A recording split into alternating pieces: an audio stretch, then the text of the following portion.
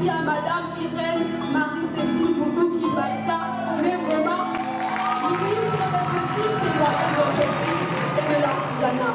Accélérer la marche vers le développement en relevant les talents de demain et en construisant avec les petites mains d'aujourd'hui, c'est autour de ce thème qu'a été lancé le 17 juillet 2026 au lycée général Nganga-Edouard, le concours Jeunes Mains Créatives du Congo, initié par sa promotrice Azan Mwanga.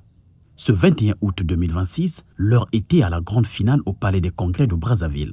Une cérémonie placée comme lors de son lancement sous le haut patronage du professeur Irène Marie-Cécile Boubou-Kimbatsa, ministre des Petites et Moyennes Entreprises et de l'Artisanat. La finale a réuni plusieurs personnalités, parmi lesquelles les ambassadeurs du Mali, du Sénégal et de la Belgique, le consultant de la Bulgarie, ainsi que les représentants de diverses institutions. 5 œuvres par domaine de compétences artisanales ont été retenues pour cette ultime étape. Tricotage, céramique, vannerie, verrerie, travaux manuels et innovations technologiques, bijouterie et accessoires de beauté, autant de disciplines à travers lesquelles les jeunes candidats ont démontré leur créativité et leur savoir-faire.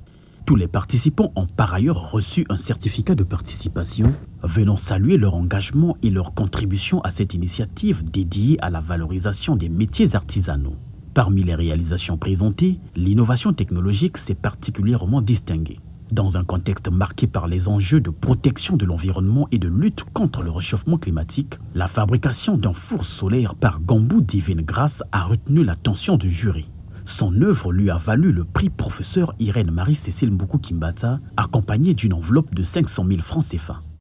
Aujourd'hui, je vous présente Solar pour Congo. Un puisseur qui fonctionne grâce à l'énergie solaire. Sont utilisés de charbon, de bois de chauffe et de gaz. Pourquoi j'ai fait cette idée? Parce que j'ai vu que toutes les familles ne sont pas capables à utiliser le gaz et l'électricité. Nous avons le soleil tous les jours, nous bénéficions de 3000 heures d'ensoleillement par année. Pourquoi ne pas l'utiliser pour innover, pour apporter quelque chose de plus? Pour Azan Mwanga, promotrice du concours, cette finale marque bien plus que l'aboutissement d'un événement. Elle ouvre une nouvelle perspective pour ces jeunes créateurs appelés à devenir les acteurs de demain. Derrière cette initiative, des nuits blanches, de nombreux sacrifices et un travail de longue haleine auront finalement permis de donner vie à cette première édition. Celui-ci, je l'ai porté. Je l'ai porté avec mes 2 mains, je l'ai porté avec mes convictions, je l'ai porté avec mes doutes, mais surtout avec cette conviction profonde. Aujourd'hui, nous avons devant nous des créateurs, des jeunes qui ont appris à transformer une idée en objet, une matière en œuvre, un savoir-faire en valeur et surtout leur main en avenir. Ce que vous avez appris ici ne doit pas rester dans une salle de formation.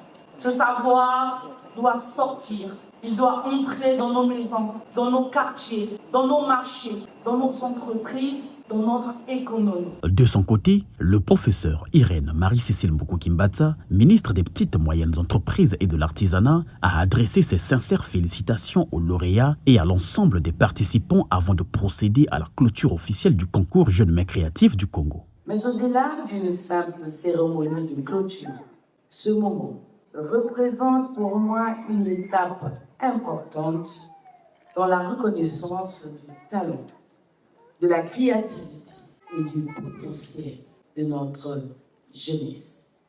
Je souhaite donc féliciter chaleureusement tous les participants et en particulier les lauréats de cette première édition 2026.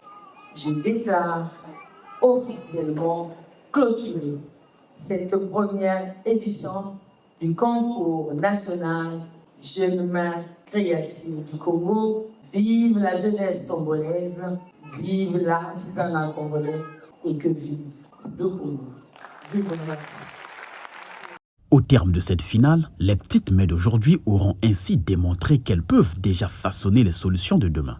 De la créativité artisanale à l'innovation technologique, Jeunes Mains Créatives du Congo aura surtout permis de mettre en lumière une jeunesse capable de créer, d'innover et de contribuer à son échelle à la marche du Congo vers le développement.